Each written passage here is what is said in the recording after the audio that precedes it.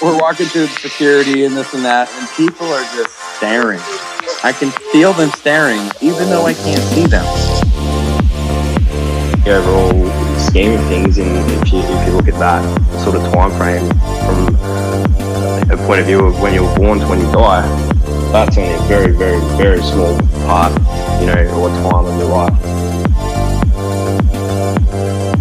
Thanks for tuning in. This has been Hermit Radio.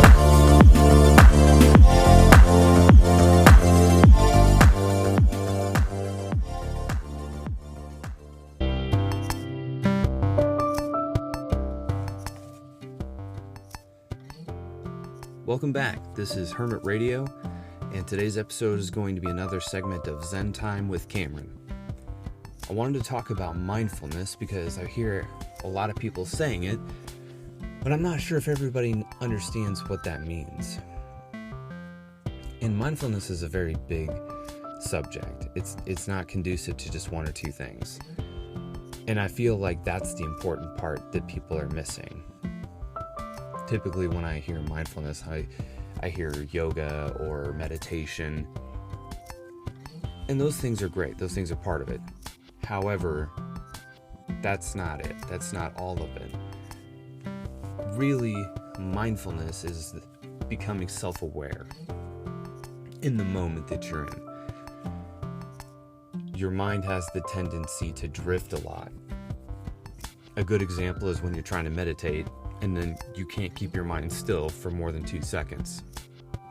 Your mind still does that even throughout the day when you're doing things. I'm sure even though you're at work, you're thinking about what are you going to do for dinner? What do you have going on next weekend? That happens to everybody, and that just makes you human. Mindfulness is being aware of that, knowing that it happens, but then remembering to take time to step out of that. To step out of the what ifs and the what do I still need to do's, and then just remembering that you're still here, you're good, you're alive, hopefully you're healthy, and hopefully things in your life are good. And if they are, this is the time to just remember that and be grateful for it.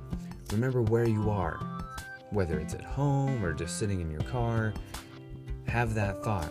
Okay, I'm here. This is where I'm at right now. I'm not thinking about making dinner. I'm not thinking about where I'm going to be a week from now. I'm thinking about right here, right now.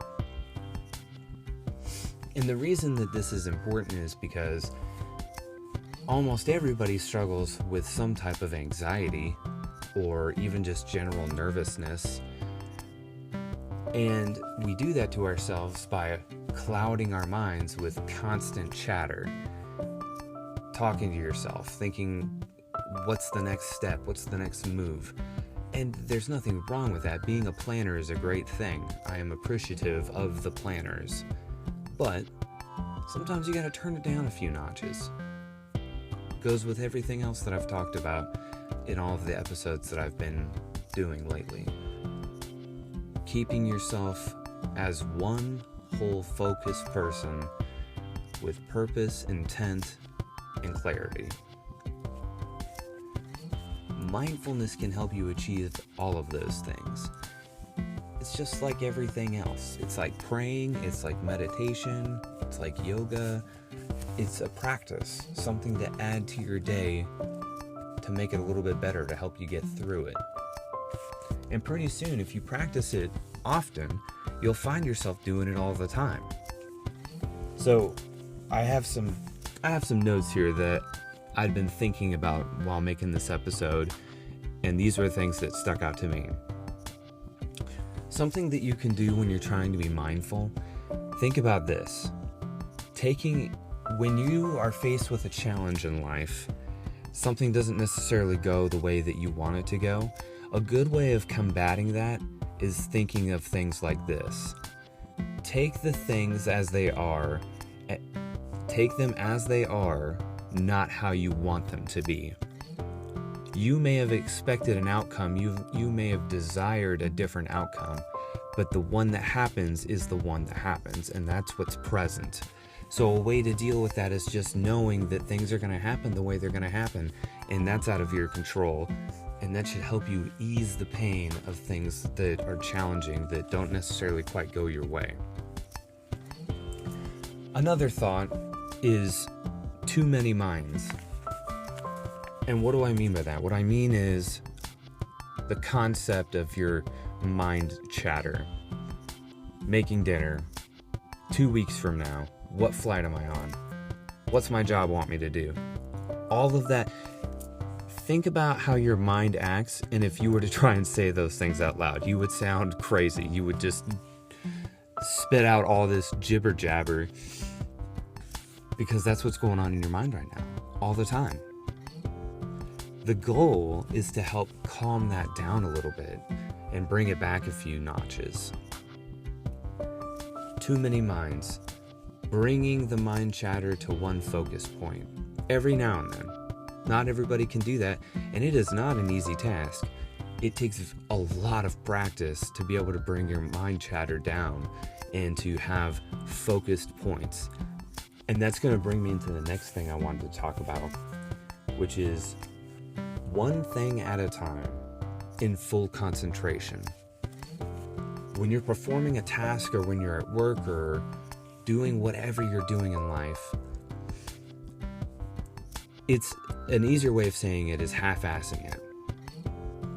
When you're going to do something, do it with full intent and purpose, which means bring the mind chatter down, focus on what it is you're trying to do, whether it's work or building something or reading or doing homework. Focus. Bring the mind chatter down and think about what it is you're trying to achieve and what the end result is of the goal.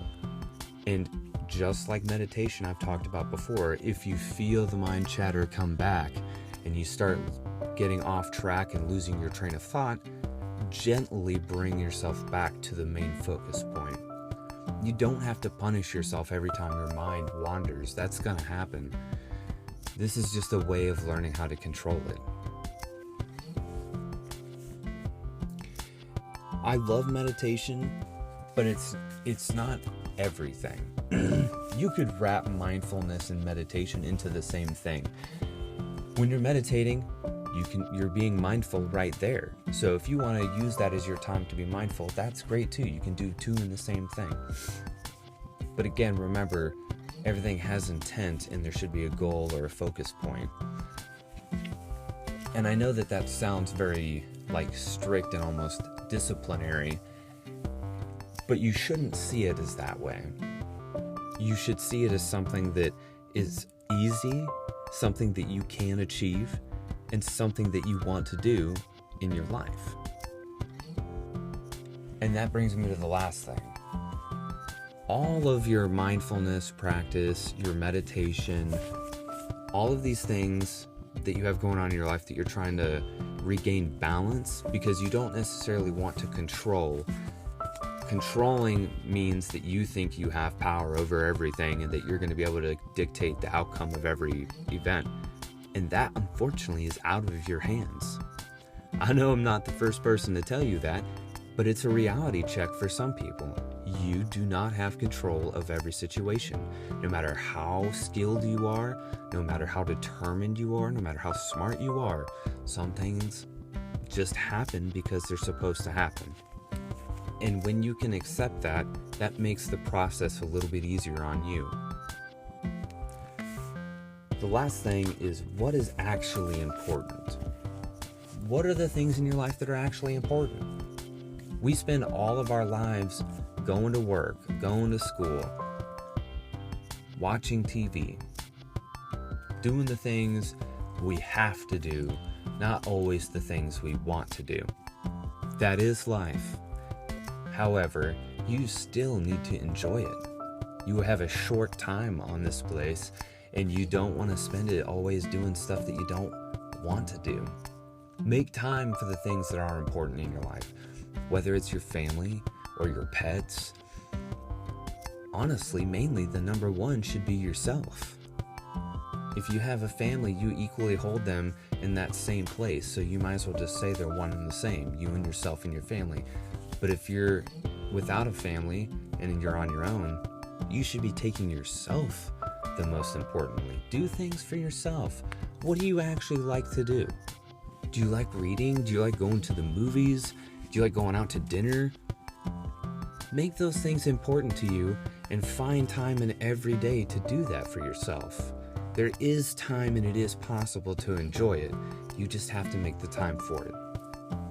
I want to hear from you guys though. Thanks for listening with me. Tell me what stresses you out. What things cause you anxiety and nervousness throughout your day? You know how to find me, so if you want to leave me a message and tell me that stuff, I'd love to give you a way to talk about it and deal with it. And maybe next time we do another episode, I'll give examples of ways that you can look at things differently and have a different attitude towards those things. It's not magic, guys. It's just a different perspective, a different way of looking at things. I know sometimes it may sound mystical what I'm saying, or it sounds like hocus pocus. If you think of it that way, then it will be that way. It won't mean anything to you. But if you do need help with things like this and you are feeling anxiety and just need a little boost in your day, I hope you're getting something out of this and I hope it's helping you. But thanks for listening. This is Hermit Radio. See you next time.